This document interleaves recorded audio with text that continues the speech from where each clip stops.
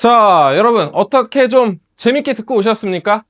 목요일, 금요일 이틀 연속으로 마지막 기출 정리 특강을 했는데, 저한테 배우신 분들도 있고, 저한테 배우지 않은 분들도 계시겠지만, 좀 진짜 많은 도움이 되셨으면 좋겠고, 제 수업을 들은 친구들은 모두 좀 시험을 잘 봐서, 저는 금상은상을 바라지 않습니다. 그냥 여러분들이 1차를 통과해서 2차를 볼 기회만 좀 잘 획득을 하셨으면 좋겠고, K물 1차는 제 생각에는 많은 욕심을 내면 되는? 아니, 많은 욕심을 내면 안 되는 시험이에요. 왜냐하면 시험 문제 자체도 난이도가 있을 뿐더러 쉬운 문제하고 어려운 문제의 수준이 너무 크게 나뉩니다. 쉬운 문제는 너무 쉽고 어려운 문제는 너무 어려워요. 그렇기 때문에 같은 5점 안에서도 정말 어려운 5점이 있고 정말 쉬운 5점이 있거든요. 여러분들은 항상 내가 확실히 맞출 수 있는 거에 대해 집중을 해야 돼. 괜히 어려운 거를 오랫동안 붙들고 있을 필요가 없어요. 예를 들어서 조합 문제 같은 것도 여러분, 제가 가끔씩 길찾기로 효율적으로 풀고 아니면은 제가 1일차에서 되게 중요하게 얘기했던 갭 차이 같은 문제들을 여러분들이 가끔씩 계산 노가다를 하면서 푸는 경우가 있어. 근데 그거는 애초에 그런 형태의 문제는 시험에 나오지 않아요. 그리고 그 한 문제를 푸는 것과 쉬운 한 문제를 푸는 거는 같은 5점이라고. 어떤 느낌인지 알겠어요?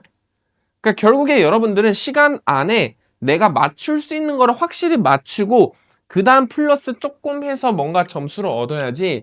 일단 여러분은 안정적인 뭔가 60점 정도의 라인을 받는 게 되게 중요합니다. 60점이 안정적으로 나오는 상황에서 뭔가를 더 풀어야 돼요. 실수도 하시죠? 실수도 하는 거면은 안정적으로 65점 정도는 받아야 그 다음에 뭔가 여러분들이 문제를 어려워 보이는 걸 풀 시도를 해보셔야 된다는 겁니다. 그리고 여러분들이 또 집중하셔야 될 게 6점짜리가 어렵지 않아요. 그러니까 어려운 문제들도 있겠으나 제가 봤을 때 최근 몇 년 동안은 5점에서 어려운 문항들이 6점보다 훨씬 난이도가 높았습니다. 그러니까 난이도가 5점, 6점이 순서대로 나오지 않아요.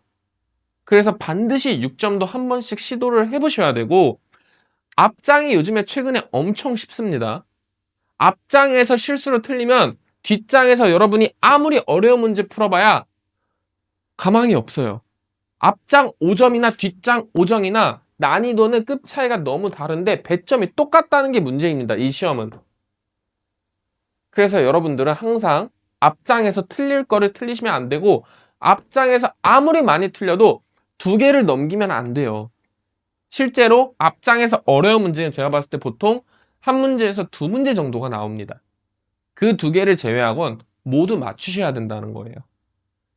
그리고 제가 항상 또 얘기하는 문제에 걸맞는 아이디어 수준을 생각을 하시고, 식이 지나치게 어렵게 뭔가 나온다면은, 뭔가 다항식이 정말 복잡하게 나와.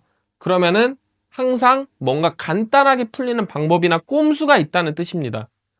문제의 조건을 잘 분석을 하고, 아니면 뭔가 다항식에 복잡한 전개가 있으면은 제곱식으로 묶이는지 확인을 하고, 연립방정식이 여러 개가 뭉쳐 있으면 그 연립방정식의 개수를 적절히 곱했더니 완전 제곱식으로 묶이더라. 물론 조합에서도 카운팅 문제가 나오지만 지나친 카운팅 문제는 나오지 않습니다. 그래서 최대한, 그리고 조합에서 실수하지 않으려면 최대한 어떤 관점으로 풀어라? 점화식, 일반화, 중복조합, 뭔가 다항식, x1 더하기 x2, x3, x4로 나타내는.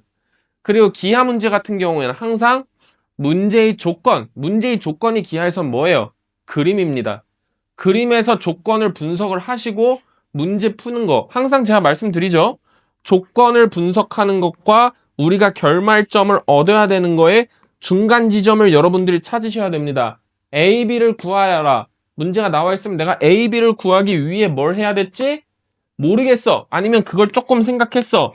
그럼 내가 거기서 또 뭐 해야 되지? 생각이 안 나. 그러면은 조건을 다시 분석을 하고, 그럼 조건을 분석을 했을 때 요 새로운 조건에서 다시 얘를 보면 또 다르게 보이거든요.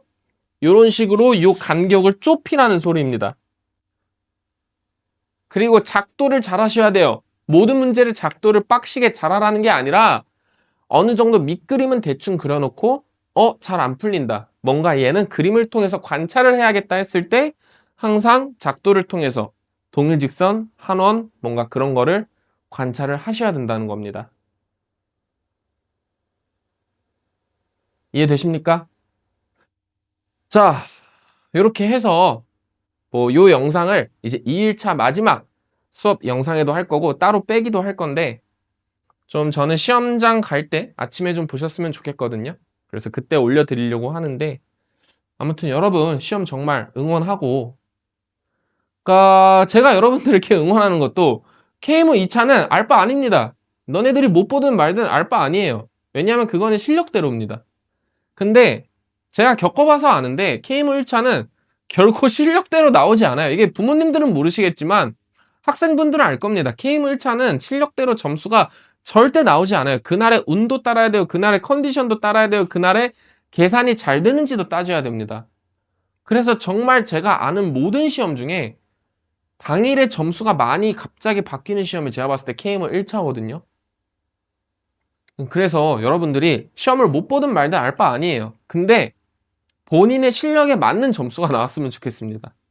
그러니까 본인의 실력이 뭐 30점대면 할 말 없죠. 좀 더 나오면 좋겠으나 본인의 실력이 70점이 나올 수준이면 70점이 나왔으면 좋겠고 그러니까 여러분들이 뭔가 아쉬워하는 모습을 뭔가 좀 오지랖이긴 한데 좀 안 보여줬으면 좋겠습니다. 재학생이 아니더라도 좀 뭔가 좀 원하는 결과를 그대로 얻으셨으면 좋겠어요.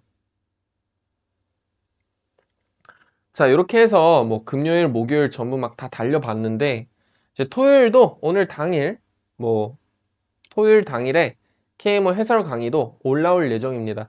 그래서 그것도 참고하셔서 보셔도 되고 네, 뭐 수업도 여러 개 모집하는데 여기서는 얘기를 안 하는 게 나을 것 같네요. 여러분 시험 응원하고 원하는 결과 다 받으시길 바라겠습니다. 여러분과 항상 함께하는 위너스 KMO였습니다, 여러분. 반가웠습니다. 고생하세요. 아니, 고생하세요가 아니고 고생하셨습니다. 반가웠습니다. 빠바바.